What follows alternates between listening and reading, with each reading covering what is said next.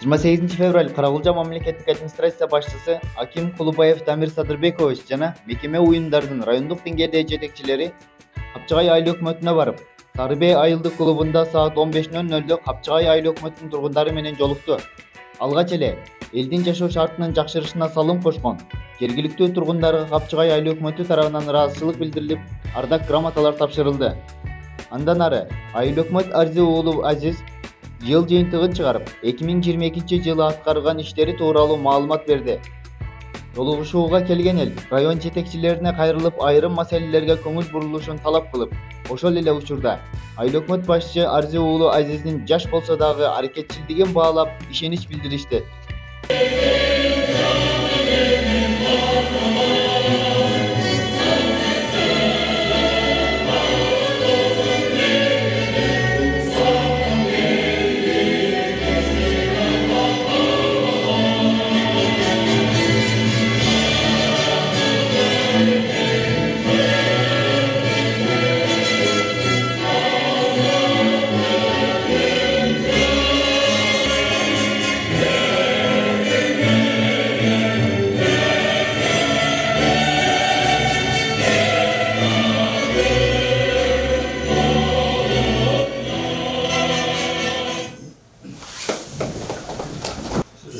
Саламатсыздарбы, урматтуу Капчыгай айыл өкмөтүнүн тургундары. Бүгүнкү жыйында азыр мына айыл өкмөтүнүн ардак грамоталары, анан айыл өкмөтүнүн ыраазычылык каттары бар эле. Ошону берип коюуга уруксат этсеңиз. 2022 жылдын ичинде Капчыгай айыл өкмөтүнүн социалдык экономикасынын өнүгүшүнө жана инфраструктурасын көтөрүүгө көптөгөн салымдарын кошуп, демөөрчүлүк кылган төмөнкү атуулдарыбыз Капчыгай айыл өкмөтүнүн ардак грамотасы менен сыйлансын. Сыдыков Сүйүнбек Рахманович. Билесиздер, Сарыбей айылындагы ГСУга демөөрчүлүк кылганы жалпыңыздарга маалым.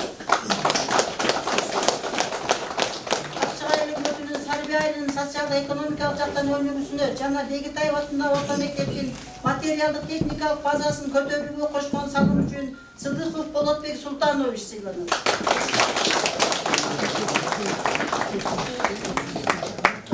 Капчыгай айыл өкмөтүнүн Сарыбей айылынын социалдык экономикалык жактан өнүгүүсүнө инфраструктурасын көтөрүүгө кошкон салым үчүн Кебеков Актилек Кудайбердиевич сыйланат.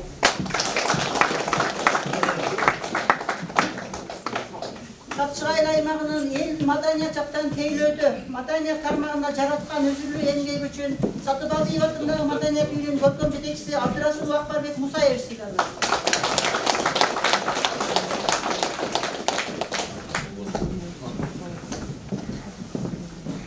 Капчыгай аймагынын социалдык жана экономикалык жактан өнүгүүсүнө инфраструктурасын көтөрүүгө кошкон салым үчүн Капчыгай өкмөтүнүн жер жана турак жай боюнча жетектөөчү адиси Касымалиев Эргазы Кубанычбеков.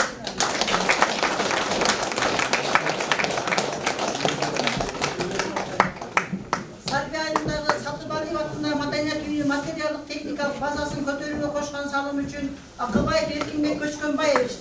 Капчыгай өкмөтүнүн ыраазычылык каты менен сыйланат.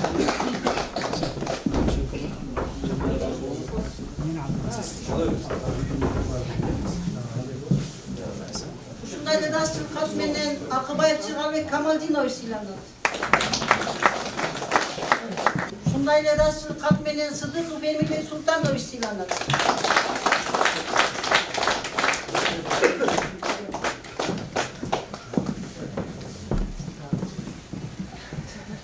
Ушундай эле ыраазычылык каттар менен Сатыбалдиев Эмил Согушбекович жана Чотуева Айганыш Онуровна сыйланат.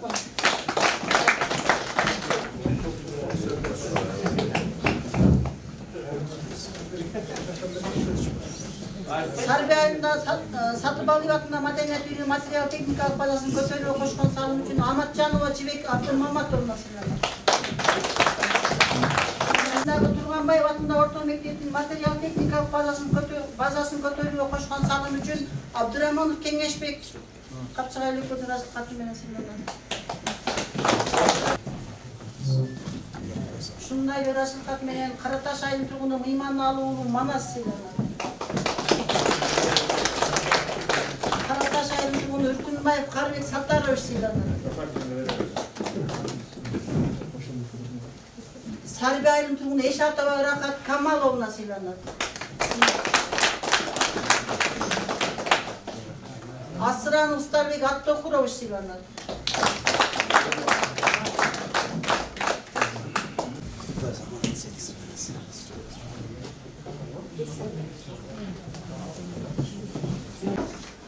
Саламатсыздарбы, урматтуу Капчыгай аймагынын тургундары. Өзүңүздөргө билгендей, Капчыгай өкмөтүнүн 2022 жыл ичинде аткарылган иштери боюнча кыскача маалымат берип кеткениме уруксат этиңиздер.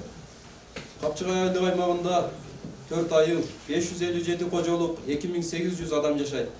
3 орто, 1 баштоочу мектеп, 2 балдар бакчасы, 1 үй бүлөлүк дарыгерлер тобу, 2 ФАП, 3 маданият үйү, 3 китепкана жайгашкан.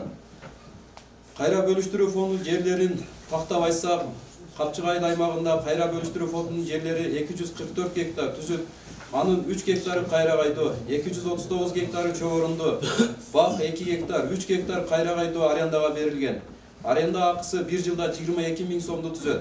Капчыгай айылдык аймактын инфраструктурасын өнүктүрүү жана социалдык объектилерди жакшыртуу максатында 2022 жылдын ичинде 19 миллион 28 745 сомдук инвестиция тартылды.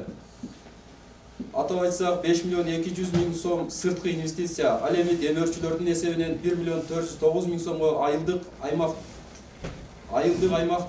аймактагы соц объектилерди оңдоого, айыл ичиндеги ички жолдорду, көпүрөлөрдү оңдоп түзөөгө жумшалды. Республикалык бюджеттин эсебинен 9 миллион 900 000 сомго Капчыгай айылдык аймагынын Караташ айылындагы Сак-Чорокулук мектебинин фундаменти бүткөрүлдү. 3 миллион сомго Сарыбей айылындагы Мөлтүр бала бакчасы капиталдык ремонттон өткөрүлүп бүткөрүлдү. Айыл өкмөтүнүн жергиликтүү бюджетинин 1 миллион 818 745 сомго ар кандай чарбалык жумуштары аткарылды. Жергиликтүү жааматтардын эсебинен 701 000 сомдук жумуштар аткарылды. Капчыгай айылдык аймактагы 557 кожолуктан 399-у 2800 адамдан 2012 санарип аймак маалымат тутумуна киргизилип, кожолук 71,63%, калкты 78,9% түздү. Турак жай фонду боюнча айылдык аймактагы 295 турак жай фондунун 92-си камсыздандыруудан өткөрүлдү. 203 турак үй өткөрүлгөн жок. Себеби үй ээлери башка жактарда болгондуктан, андан сырткары 44 үй кооптуу аймакта катталып калгандыктан 2023 жылга карата тактоо жүргүзгөндө 200 үй камсыздандыруудан өтүшү керек. Капчыгай аймакта 2220 мүйүздү, 1100 жылкылар, 12270 майда жандыктар катталган. 2022 жылдын ичинде 2220 мүйүздүү мал жана 1100 жылкы идентификациядан өткөрүлүп, 2220 мүйүздүү мал жана 1100 жылкы базага киргизилди. Капчыгай айылдык аймакта жалпы 600 метр канал тазаланып, 100 метр жерге жаңы арык салынган. Жергиликтүү бюджеттен 60 000 сом жумшалды. Капчыгай айылдык аймакта 56 километр ички чарбалык жол бар. 2 километр жолго демөөрчүлөрдүн эсебинен 275 000 сомго шагыл төгүлүп, жергиликтүү бюджеттен 520 000 сом бөлүнүп, Караташ, Сарыбей, Терексу, ичке суу айылдарынын ички жайлоого кетүүчү, тоюк ташуучу жолдорун тазалоого, ошондой эле сел алган жерлерди ачууга жумшалган. 600 метр жолго жергиликтүү бюджеттин эсебинен 56 000 сом сарпталып, түнкү жарыктандыруу коюлду. Капчыгай айылдык аймакта 44 коопсуз аймакта жайгашкан. 44 жаранга мамлекет тарабынан сууда жана жер берилген. Жер берилгендердин ичинен 5 жаран коопсуз жайга көчүп барып жашап жатышат. Кооптуу жайда жашап жаткандарды көчүрүп чыгуу боюнча айыл өкмөт тарабынан жыл сайын эскертүүлөр берилип, ар бир кооптуу жайда жайгашкан жарандардын түшүнүк каттарын алып, жаан-чачын мезгилинде коопсуз жайда жашаган тууган уруктарынын үйлөрүнө чыгарып туруу иштери жасалат. Жарандардын коопсуздугун сактоо, уурулукту алдын алуу максатында жергиликтүү бюджеттин эсебинен 55 000 сом сарпталып, айылдык аймактын кире беришинен ичке суу айылына бир дана видео байкоо орнотулду. Мындан сырткары бюджеттин эсебинен 60 000 сом, демөөрчүлөрдүн эсебинен 200 000 сом сарпталып, 4 мектепке толугу менен видео байкоо коюлду. Жашыл мурас өнүктүгү боюнча 2022 жылдын ичинде Капчыгай аймагы боюнча мектеп окуучуларды уюштуруп, жыл сайын ар бир окуучудан бир көчөт отургузуу уюштурулуп, жалпы эл биригип 6000 көчөт эгилди. Анын ичинен эгилген көчөттөрдүн ичинен ийне жалбырактуу 2000 дана, жазы жалбырактуулар 1000 дана, мөмөлүү дарактар 2000 дана эгилген. Öngөнү 87% түздү. 2022 жылдын ичинде жергиликтүү бюджеттин көлөмү 2.787.000 сомду түздү. Дотациянын көлөмү 69,3% болуп, 2021 жылга салыштырмалуу 2% азайды. Мындан сырткары жайы такы боюнча Капчыгай айыл өкмөтүндө 2021 жылга 80.000 сом болсо, 2022 жылга 139.000 сом жайы такы чогулган. Ал эми салык боюнча айтсак, 2021 жылга салыштырганда 2022 жылы 105,7% көп топтолду. Капчыгай айылдык аймакта жакырчылыктын деңгээли 13,3% түзөт. Жарым жетим 15 бала, ТЦП оорусу менен 2 бала ооруйт. Андан сырткары 70 бала ата-энеси экөө тең миграцияда жүргөндөрдүн балдары. 67 үй бүлө 238 балага жөлөк пул алышат. Социалдык контракт боюнча 6 үй бүлө акчалай жардам алып, мал чарбачылык жана кол өнөрчүлүк жааттарда иш алып барып жатышат. 2022 жылдын ичинде жер мунапысы боюнча Капчыгай аймагынын Караташ айылынын бак участкасында мыйзамсыз 2 фундамент, 2 турак үй катталып, Кыргыз Республикасынын өзгөчө кырдаалдар министринин тарабынан кооптуу аймак кар көчкү коркунучу бар деген кортунду чыгып, комиссияга кирбей калды. 2022 жылдын Кыргыз Республикасынын президентинин номер 54 жарлыгы боюнча Капчыгай айыл өкмөтү тарабынан төмөндөгүдөй иштер аткарылды. Капчыгай айыл аймагында үйлөнүү үлпөтүн, үй бүлөлүк мааракелик салтанаттарды, маркумду жерге коюу, маркумду эскерүү үрп-адаттары менен байланышкан иш-чараларды өткөрүү тартиби жөнүндө жобо иштелип чыгып, жобо менен иш алып барылып, азыркы учурда жатат. Көңүл бурганыңыздарга рахмат. 2022 жылы Капчыгай айыл өкмөтүнүн аткарган иштери боюнча толук маалымат сиздерге жеткирилет. Айыл өкмөтүңөргө суроо жокпу? Жакшы иштеп атабы? Анда сөз Каракулжа райондук мамлекеттик администрациясынын башчысы Аким Кулбаев Дамир Садырбековичте. Саламатсыздарбы, урматтуу Капчыгай айылынын аймагынын тургундары. Бул кезекте кайра биздин жолугушууга катышып отурабыз. Бу жерде кечеден бери ошо Алайпуудан Алайпуу Кызылжар Ойтал менен жолугуна бүгүн сиздерге келип отурабыз. Эми айтып кетсек, 22 жылдын жыйынтыгы боюнча Каракулжа районунда көп жакшы иштер болду. Эми мындай айтканда, ошол эле салык чогултуу боюнча, өнөр жай боюнча, камсыздандыруу, анан идентификация жылкыларды ошолор боюнча 21 жылдын жыйынтыгы менен башка райондордон өтө эле артта болуп атса, 22 жылдын жыйынтыгы менен Каракулжа ошол облус боюнча райондордун биринчилерине болуп жыйынтыгы чыкты. Эми жалпы мындай айтканда, ушу сиздер менен иштешип, сиздердин колдооңуз менен Каракулжа району алдыңкы биринчи райондордон болуп атат. Эми 2023 жылга айтып кетсек, өткөндө ошо Бишкек шаарына барып, бизде райондо 4 мектеп башталган. Ошо Тегерек Саз айылында, Бешкембир, Караташ, анан Кебек Мамаев Кызылжар айыл өкмөтүндөгү. Былтыр фундаменттери куюлуп, быйыл 23 жылга титулга кирип туруп, ошо мектептер салынуусу уланат. Андан тышкары районубузга 10,2 километр асфальт түшөт, анын ичинен 7 километр 200 метр ушу Алайпуу жолунан чыгат. Тактап айтып кетсек, Чалма менен Лайталардын ортосунда 2 километр бар. Билесиздер аны жакшы өзүңүздөр. Ошол жер асфальтталат, андан тышкары Чалмадан чыккандан кийин көпүрөгө чейин асфальтталат. Кийин Караташ айылын ичи асфальтталат. Ошонун титулдарын биз бекитип келдик. Андан тышкарыда бизде бир жакшы чоң жаңылык бар. Ошо райондук борборубузда Каракулжага 300 орундук дарыкана салынат. Заманбап 530 миллион сомго. Эски больницада биз сураттык, ошонун капиталдык ремонт кылып, реабилитациялык центр кылып берген районго. Эми буюрса, азыр жылдын башында иштерибизди айтсак, 1 миллиардка жакын капиталдык салымдар мамлекеттин эсебинен келет буюрса.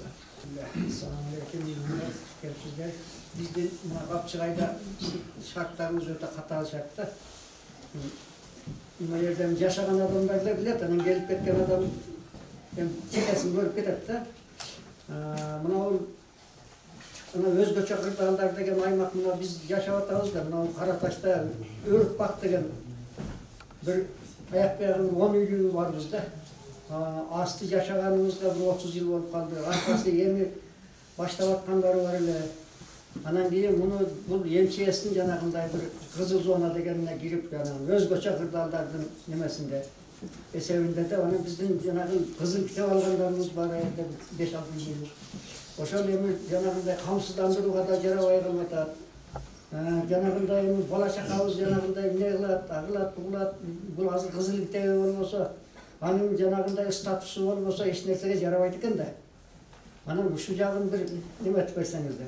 Анан мына электе тармактары боюнча мына көйгөйдү көрүп атабыз, кыштата свет өчө берип, мындайча айтканда, бирден эмес, мына жерден деле болуп калдык чамасы.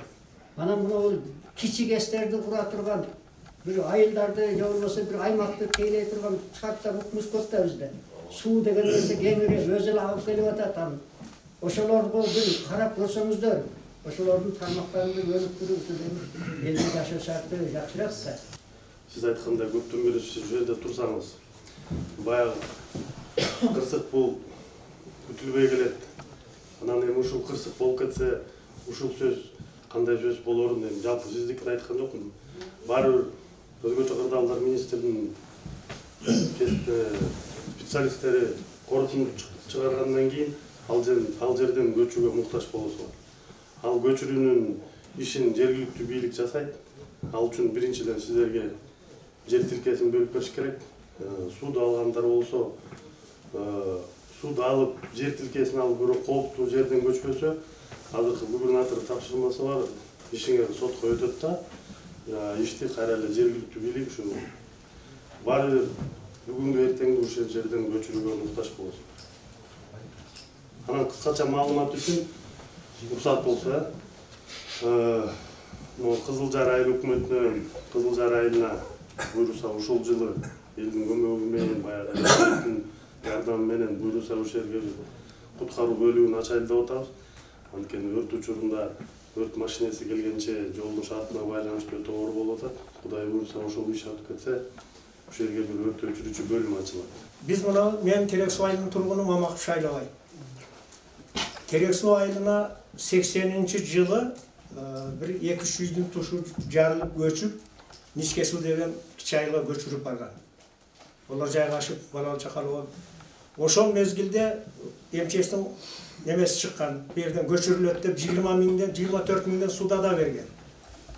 O судасына 24 миң үй салып айлабыз, астыбыз кожаный куртка, норка тумактардан кийип коюп, алигиче жашап жүрөбүз. Эми азыр заман талабына ылайык балаңа паспорт алайын десең да үйдүн документи. Башка бир неме болсо да үйдүн документ. Бизде кызыл китеп, берки документтер жок. Бир ошо мектептин жанына спорт зал салдырып, балдар эки ака Карагулжага барып атат, Алайкы барып атат, кыштын кырөөдө жолдо бир бала болобу деп, ого да уруксат жок. Эми ошол маселе, эми бул ата-бабадан бери жашап эле келген жербиз. Жашап эле кел атабыз, Кудай сактасын деп коюп эле. Ушуну бир эмчексин заключениясын мен чыгарып бизде же үйдү камсыздандыра албайбыз. Азыр камсыздандыруу болуп атпайбы? Биз уруксат эмес экен. Бардык жагынан бизге тыюу экен да. Ушуга бир аракет кылып, бул курултайда айтылды. Бул чогулуш сайын айтылып келе жатат. Ушул маселе. Анан эми Дамир мырза кыздын сыры төркүнүнө маалым деп жолду айтпай эле коелу, өзүңүз Алайкыга чейин барып, көрүп, билип келипсиз. Сиз келе атат дегенде, грейдер да келип бир сыйра оңдоп койду, таш тергич да жолдо таштарды алып койду, сиз кеткенден кийин ол болбойт. Бетке айткан сөзүн заары жок. Айыл өкмөттөрдөн сурайм да, жоңура кандай десем жакшы дешет. Ооба, жакшы дейт да. Ол маселе ошол, анан кийин мына Азбай малдын оорулары жөнүндө эч кимибиз баш оорутпай калдык ушуга. Азыр шарп деген чыгып атат, бирөө базардан алып келип атат, бирөө тууганын малын алып келип атат, айылга жууп атат. Вакцинациясын сураса ветврач Бишкектен чыкканда 2 ай болду. 2 айда ташбака менен болсо деле келет. Ол шыққаны жалған шамасы. Ошону тасмалар бар дейді. Кудоша тасмалар жіберсе алып келіп қоятын болчу. Ушул маселеге дагы көңүл буруп койсоңуздар. Ошондой болуңуздар. Анан Азизбай мына Дамир мырза келгенден мен бир нерсени айтайын деп көптөн бери ойлонуп жүрдүм эле. Мынау Сарбейдин өрдөшүнө Сыдыков Сүйүн деген жигит. Тракторду трактордай берип атат, погрузчигин погрузчиктай берип атат, колесный трактор десе колесныйын берип атат өз жанына. Эми мына больницанын үстүн жапканга миллион сом которуптур. Ал нерсе менен бираз жаптырып алдыңбы? Эми ушуга мен өтүнөт элем жалпы Капчыгай элинин атынан. Капчыгай өкмөтүнүн ардактуу атуулу деген бир жүрөгүбүздөн болсо да көрсөтмүш үчүн муну жерине жазып туруп табып койбойлу, көңүл көтөрдүп. Колдойсуздар беле, колдойсуздар.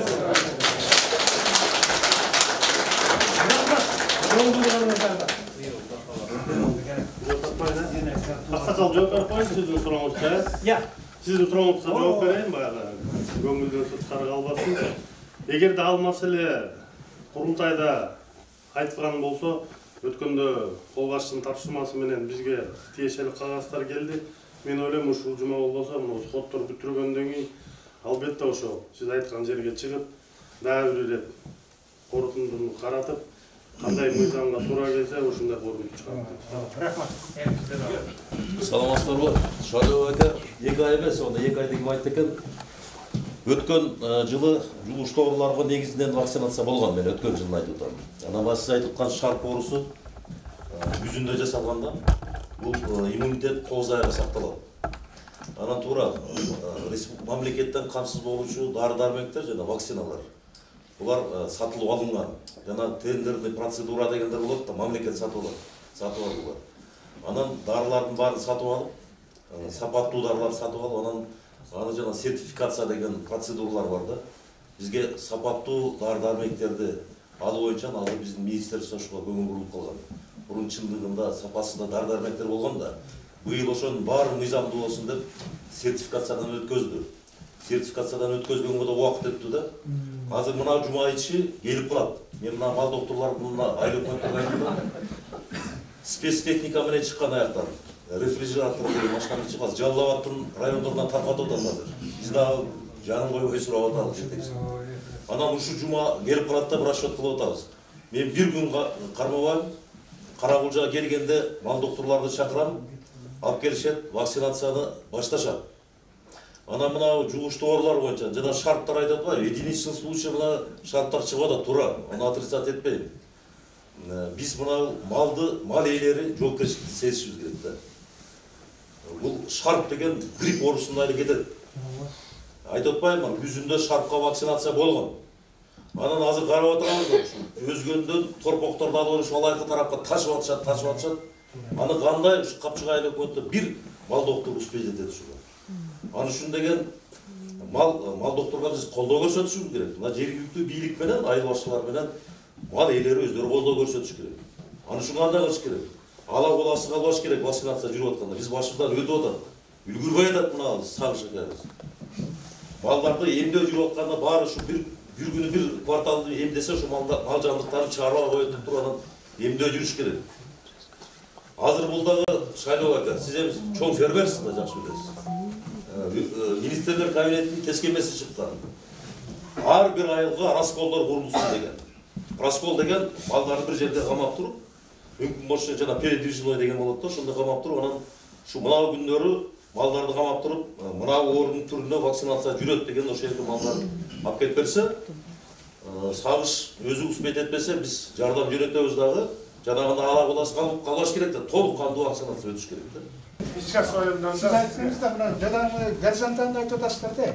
Ал базардан система бузуп атат да, базардан бүт ооруларды алып чыгып келип атабыз да. Качан базар система орнойт, ошо бет врач отурат, тигилис отурат, Кыргызстан боюнча ушул бардак да. Байкап турасыздар, туурабы? Качан мына вертикаль түшөбүз да биз. Кыргызстан боюнча эмес, мен Карагулжа үчүн жүрөйм. Бул Кыргызстан боюнча болот да. Мен жана айтып аткан ветеринардык системада ветеринардык иш-чараларды жүргүзүүдө бизде кадрдык ресурстар деген проблема бар. Эч кимге жашыруун эмес мына. Адис жок деп атабыз да. адис жок болуп атат ошол. Менин управлениянын болгону 7 инспектор деп коет. Биздин мына мал эмдөөгө укугубуз жок биздин. Только көзөмөл жүргүзөбүз да. Калганы мына жергиликтүү өз алдынча башкаруу органдардын ветвраштары менен иш алып барат. Биздики мына санэпид службада эле көзөмөл жүргүзөбүз. Анан ошол адистердин жетишпестигинен ошон үчүн биз силерге туура түшүнүү менен кабыл алыңыздар деп айтып атабыз.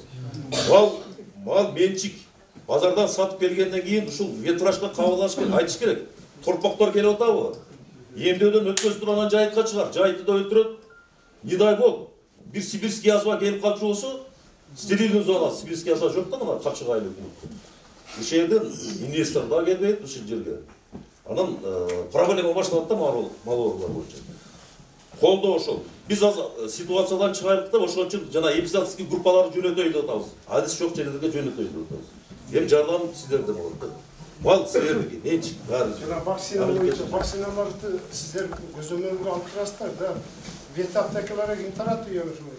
Ол коммерческий деген дары-дармектер да. Мамлекет тарабынан келип атат, ошолорду сиздер оздуктап саттырууга аракет кылсаңыздар болобу? жок, алардын уруксаты бар, лицензия алган аптекалар сатат аларды. Алар жана мамлекет тарабынан бөлүнгөн вакциналар эмес, алар коммерческий дары-дармектер. Алар жана сатпай келет да, башка балдар таап келип атат да, ошол. Сертификатын биз текшеребиз. Аларга сатууга уруксат берилген. Аларды сатууга уруксат берилген. Коммерческий деп коет да. Анан жанагы 12 түрү бар да вакцина. Булар бекер вакциналар. Бирок услугаларын ветвраштар сөзсүз түрдө элден алат. Алардын айлык акысы ушул билесиздер. Капчыгай айыл аймагындагы көйгөйлөр, электр мамыкчалардын эскилиги жеткен байланыштуу жаңы электр мамыкчалар алмаштыруу. Ошол үчүн манасында маалымат берилген. Мен ошол электр Каракөл тересинин начальниги Омаров манас.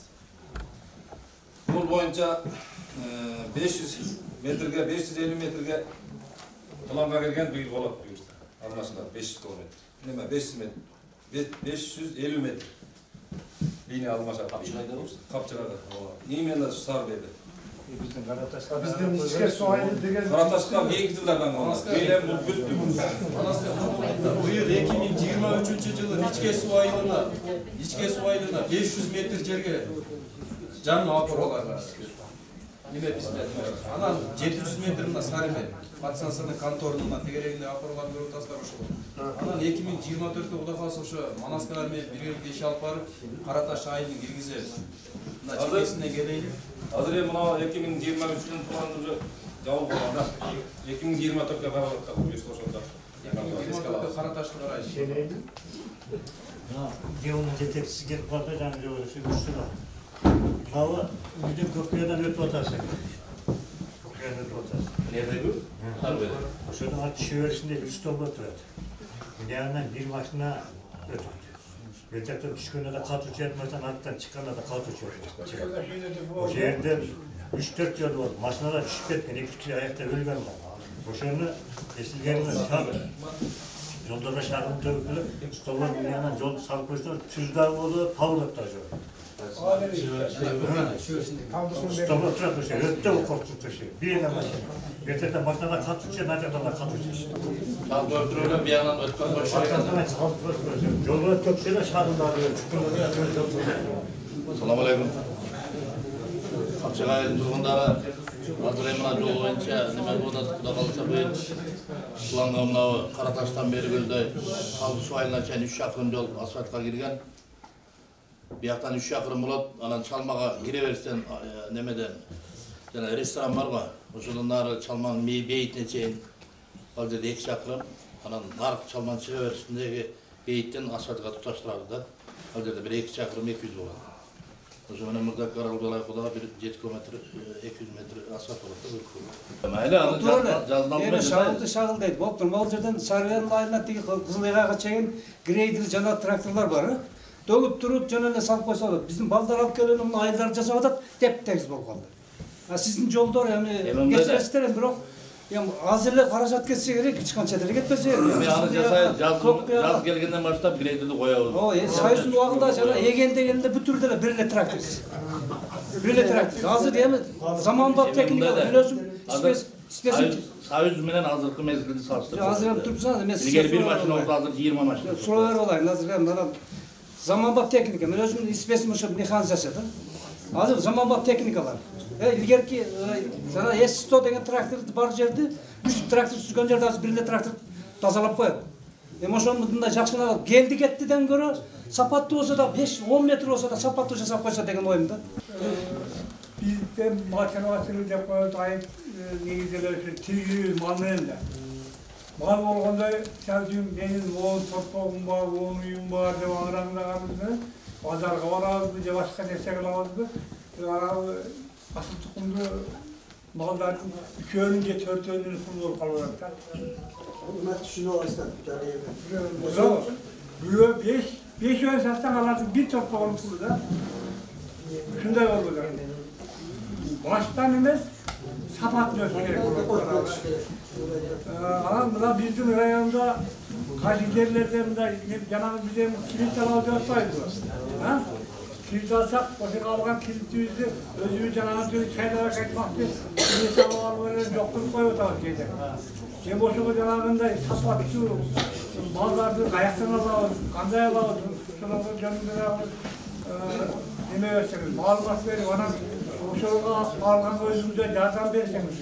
Bizge var kayırsanızlar, biz olsak siz kanday, kayıtsız paroda da var. Mesela için uyum alınava soramasa kayıtsız paroda da var. 7 bağıtında var, 3 bağıtında var. Ne olsa koy adam istemişler var. Koyun kayıtsız parodasın, istarı var. Başka parodalardan var. Oşolga bizge barsanızlar, biz ol yerden oturup kançadan ekelim.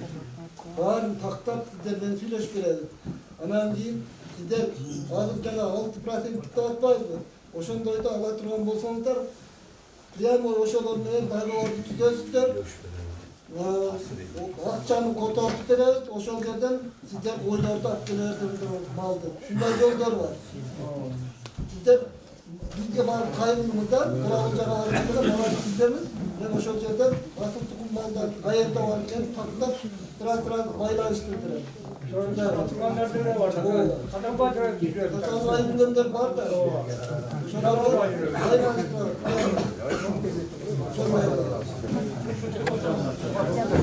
Bilim bölümü boyunca, salamat saptı boyunca var mı sorunlar?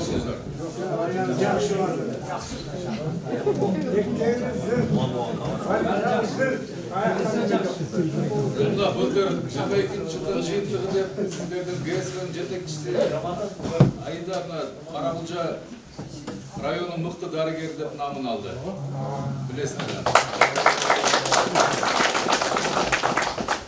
Урматтуу туугандар, бу жерде президенттин саясатын, президенттин ишин көрүп атасыздар. Эми алгачкы айтсак, мына айлыктардагы пенсия пособия да көбөйүп атат. Ар бир тармакка мына жаңы унаалар келип атат. МЧСке дагы Кытайдан, Россиядан келди, мына өзү дагы айтып кетти. Андан тышкары мына жол тейлөө ишканасына дагы жаңы техникалар буюрса келет. Бизде ошо суу чарбасына дагы 250-ге жакын техника келет.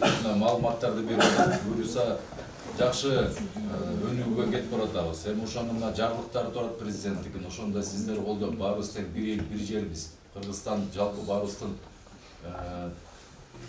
мекенибиз. Ошо жарлыктарды колдоп, мына өз билемдик деген бар. Ошону документтер жок жерлерде кашалап тозолган бар ачылат. Кийин ошондой жаап же казып алган болсо, аны уктуңуздар. Жоопко тартылат. Ага чейин барлап. Анан ошо мунапыс боюнча бу жерде айтылып атат. Анын баары азыр райондук комиссия иштеп атат. Ошо корутундуларын алып, ошо ар бир министерство менен иштелип атат. Эми жанагы МЧСтин полту жайда турган дегени ал боюнча дагы бияктан МЧС караштырат, көрүшөт. Мүмкүнчүлүк барбы алганга, жокпу, ал жагы да бар да. Эми бизде райондо 299 үй бүлө бар. Анын 199-у чекти алган экен, суудан алган экен, бирок көчкөн эмес. 100 үй бүлө чегин дагы суудасы да алып элек. Азыр мына биз Карагуз айыл өкмөтүндө 14 кишиге чек берип атабыз, ошо кооптук жайда турган. Көбүсү ошол жака да үй салып туруп өздөрү мына көчөбүз деп. Эми калган 199-ду айыл өкмөттөр ачык айтканда сот коюп атат. Себеби мамлекеттен чекти алган, суудан алган, бирок өзүнүн көчкөн эмес да элге. Эми азыр ошонун баары сотко берип туруп, аны сот аткаруучулар иштеп, ал жактарды бошотуш керек болот. эми туура түшүндүңүздөр. Бул мыйзам деген иштеш керек. Анан көп жылдан бери ушу жашап калган район боюнча бизде канча 708 арыз түшкөн, туурабы? Ким комиссияда же мундапсызда ошо 708 арыз түшкөн. Азыркы мезгилде 629 тизмеси илинди, туурабы? 349 күнүндө. 349 күнүндө. Анан бул Капчыгайдан жана айтып аткан 4 билбеле. 2 фундамент. 2 фундамент, 2 немеле. Адалдыкка ошол жерде дагы 5 үйдү да кошо берди. Эми ал жерде трансформация кылганда алар трансформация болбойт деп атат. Дегенде ошолорго эл жактагы үйлөргө МЧС кооптуу аймак деген заключение чыгарып койду. Ошондуктан биз ал жерлерге жанагындай документти бергенге трансформация кылганга биздин комиссия жок болуп калды. Ошо корутундуну кайра карап берилсеңиздер мүмкүнчүлүк жокпу? Морали болуптур, 1 айдай болуптур. Эми жакында болуп атат. Bunu МЧСке атайын сунуш баргандан кийин келип, карап анан ошону чыгарып берди да. Ошону карап берсеңиздер болбойт эми айында. Эми жалгырмыны дагы кайрылып көргө мүмкүн дагы бирок заключениени туруп оңдой бербесе керек МЧС, аны келип текшергенде. Ол жерде кайра барат берсеңиздер чыгыш керек деген неме. Корутунду чыкты. Ал жерде эме корутунду чыкты. Просто ата аназ деген жокчулар. Ал жерде бул мен жашайм. Ушулар жашайт. Ал жерде көчкү биз жака келбейт действительно. Аурат нарко айылга кетет. Ана сиздер биз жака мындай кылыңыз. Туура болуш үчүн ушул участкада турган тургундар арыз кайрылыңыз. Арыз менен кайра комиссия чыгат. Кайра кандай корутунду болсо ошого макул болот. Туура сурабайт. Анан урматтуу туугандар, ыксыз чыкым деген бар. Жарлык боюнча. Ошо сиздерге сүйлөштүктүгүлөр. Дагы бир бетер айтам ошо колдоп бериңиздер. Жана жылкыны билеп топтош керек. Кеңеш канча бериңиздер.